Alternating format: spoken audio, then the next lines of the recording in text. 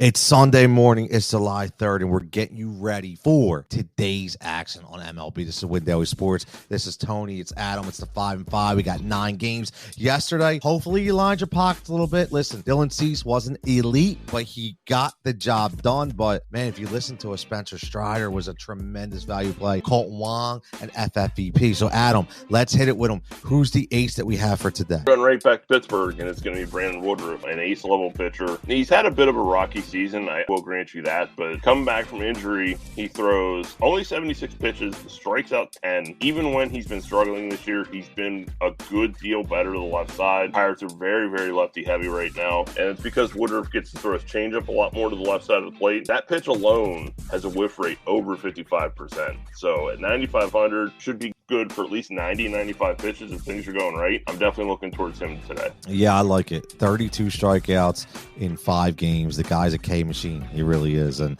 the one against St. Louis, he only had 4. You take that away, he's averaging 7.5 Ks per 9. So definitely something to look at. What about the 1B? Maybe a pump pitcher value guy like we hit on Strider yesterday. Who we have for today? Anybody? I got to admit, it is kind of ugly after you get out of the ace range. My kind of main goal today is going to probably be to pair Woodruff with probably like Framber Valdez. You know, the Angels are just struggling mightily right now. You look at them versus lefties, they're in the bottom 10 of every offensive category, and that's with Trout, that's with Ohtani. The rest of that lineup can't hit lefties at all. If you really need the savings, though, guess you can kind of take the chance on Carlos Carrasco. He's really kind of not been great lately, but Texas is worse against the right side for the pitching. They are top 10 K rate. Carrasco's better at home. Texas is a very boom-bust offense. You know, sometimes they just go nuts. When they're quiet, they tend to be pretty quiet. So I think I'll have a little bit of Carrasco. I might throw Shane Baz in like 1, maybe 2. Ooh. Listen, he's really good against righty bats. K rate's almost 40%. We all know Toronto's righty heavy, but it's also Toronto. So you know that has a pretty high chance of ending badly. But, you know, he's handled the Yankees before. Yankees are a similar lineup. I could see him at 7,900 at least having a decent game. It's an interesting day.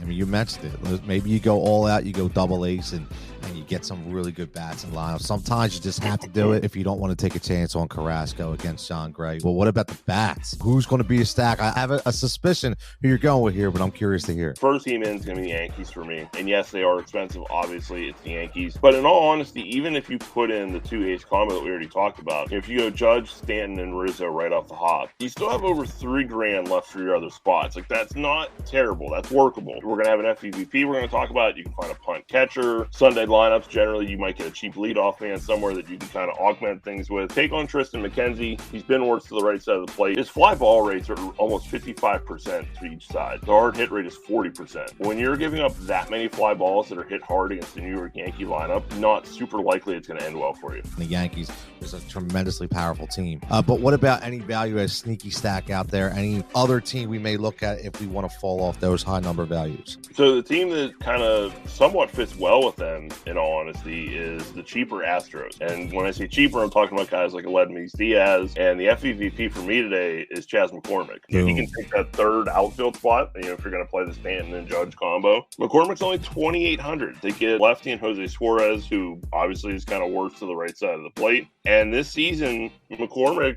in 50 at-bats has a 396 WOBA and a 261 ISO against the right side. His main 2 pitches for Suarez are the fastball and slider. Again, McCormick looks good. He has a 286 ISO or over on both those pitches. So for 2,800, I'm going the double ace and Yankee route. You're going to need hitters like this. 100%. That's how you get different. That's how you get these guys in the lineup. Now, any final thoughts? Any last plays on today's 9-game slate? I will have cheap Brewers. They were fine yesterday, but they weren't spectacular. They get Zach Thompson coming off the IL. Still a very, very affordable team. Thompson only goes like maybe 4 innings. They're going to get 5 innings for the bullpen.